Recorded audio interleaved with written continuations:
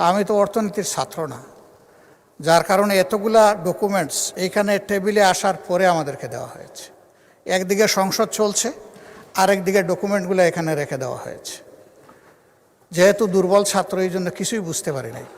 এখন উপরে হাত তুলবো না নিচে নামাবো এটাও বুঝতে পারি না। বিল পাস হয়ে যাওয়ার পরে যদি বলে আমি কিছু বুঝলাম না, এটা মাননীয় স্পিকার দুঃখ হল। যারা বিশেষ কমিটির সদস্য ছিলেন তারা খুবই বিজ্ঞ, তারা সরকারি দল থেকেও ছিলেন, বিরোধী দল থেকেও ছিলেন। তো তাদের রায় যদি চূড়ান্ত হয় তাহলে তো আর এখানে কাগজপত্রেরও দরকার নেই। মাননীয় বিরোধী দলের নেতা যে কথাগুলো বলেছেন আমিও তার সাথে একমত। আমরা কার্য উপদেষ্টা কমিটির দ্বিতীয় বৈঠকে অনুরোধ করেছিলাম দুটো জিনিস।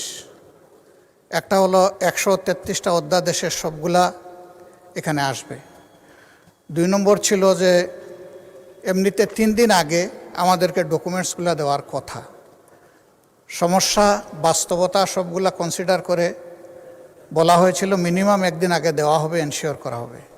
তা আমি তো অর্থনীতির ছাত্র না, যার কারণে এতগুলা ডকুমেন্টস এইখানে টেবিলে আসার পরে আমাদেরকে দেওয়া হয়েছে।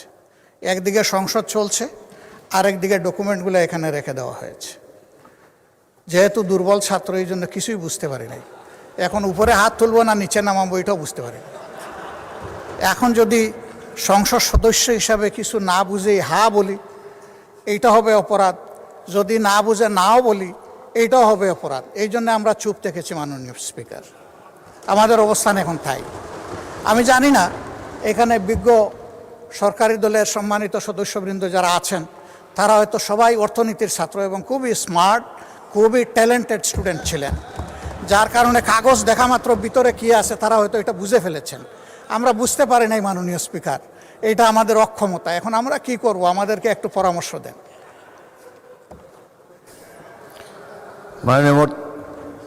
মাননীয় স্বরাষ্ট্রমন্ত্রী বলুন। মানে স্পিকার, সংসদের কার্য উপদেষ্টা কমিটি এই সমস্ত কর্ম নির্ধারণ করেছে।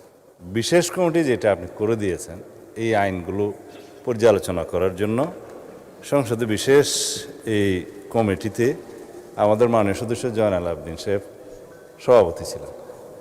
বিরোধী দলের পক্ষ থেকে বেশ কয়েকজন সদস্য ছিলেন, আইনমন্ত্রী সহ সবাই এটা আলোচনা পর্যালোচনা করে যে সকল অধ্যাদেশগুলো সর্বসম্মতিক্রমে অ্যাজ ইট ইজ পাস করার জন্য ডিসাইডেড হয়েছে, তার মধ্যে এই বিলটাও ছিল, অর্থ বিল সহ অন্যান্য বিল।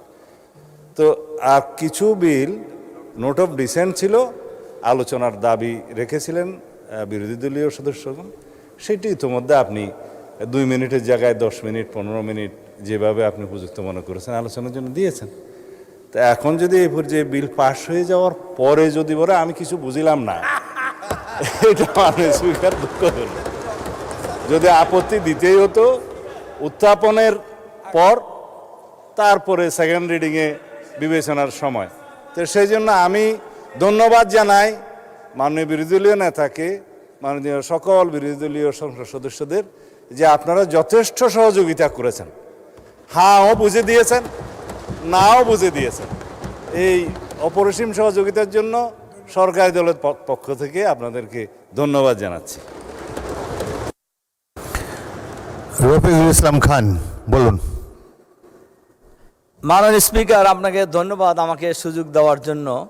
আমাদের মাননীয় স্বরাষ্ট্রমন্ত্রী বলেছেন বিশেষ কমিটির কথা।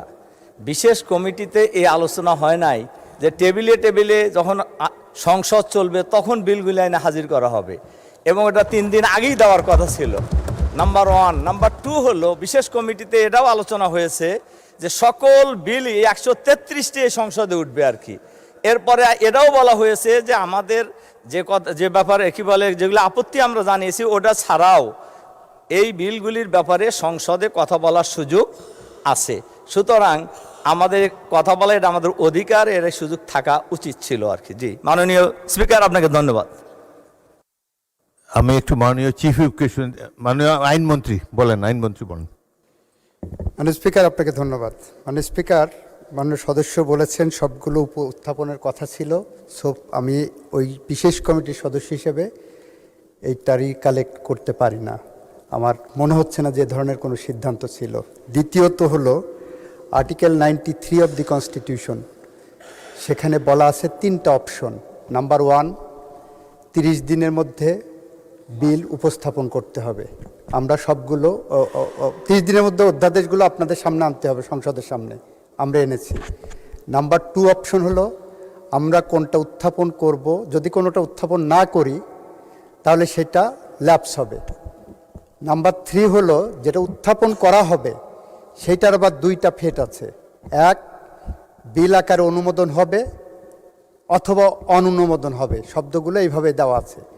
তো আমরা যেগুলো উপস্থাপন করা হবে না, ওখানে সিদ্ধান্ত হয়েছে সেগুলো আমরা উপস্থাপন করিনি বলে ওইগুলোর উপর আলোচনার সুযোগ রুলস অফ বিজনেস এবং আর্টিকেল 93-তে নাই।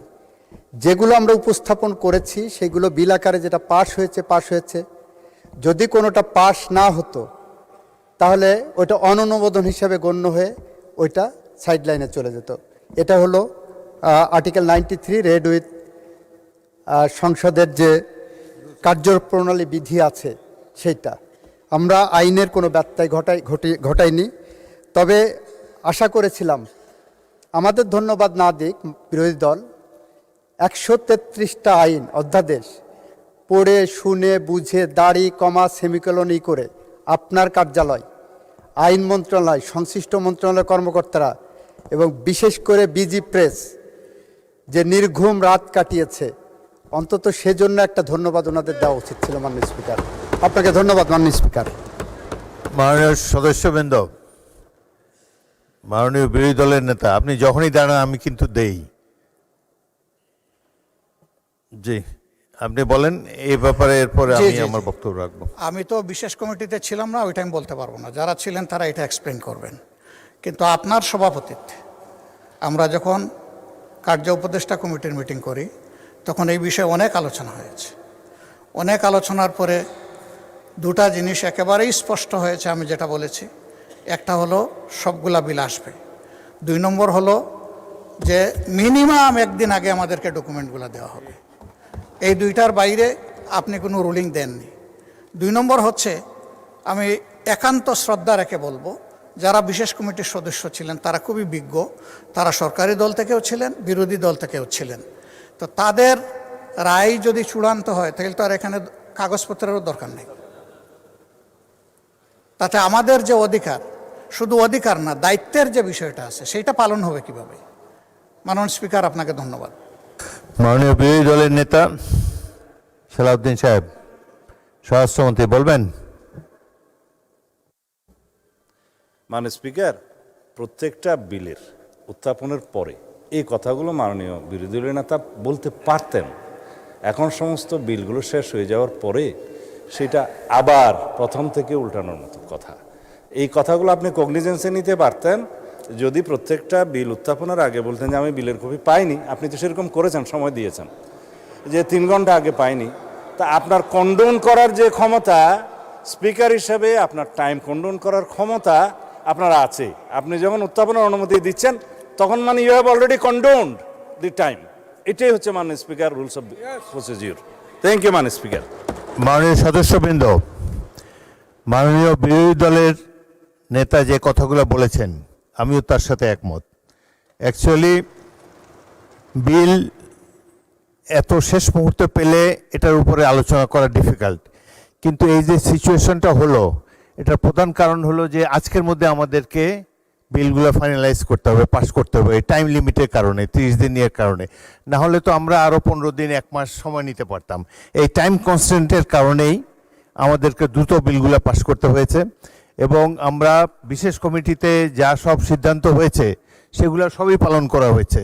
কেবলমাত্র টাইমটা আমি স্পিকার হিসাবে কন্ডোন করেছি, কিন্তু ভবিষ্যতের জন্য আমরা লক্ষ্য রাখব যাতে বিল যথাসময়ে বা অন্তত 2-3 দিন, অন্তত 1 দিন আগে যাতে সদস্যরা পায়, এ ব্যাপারে আমরা যত্নবান থাকব।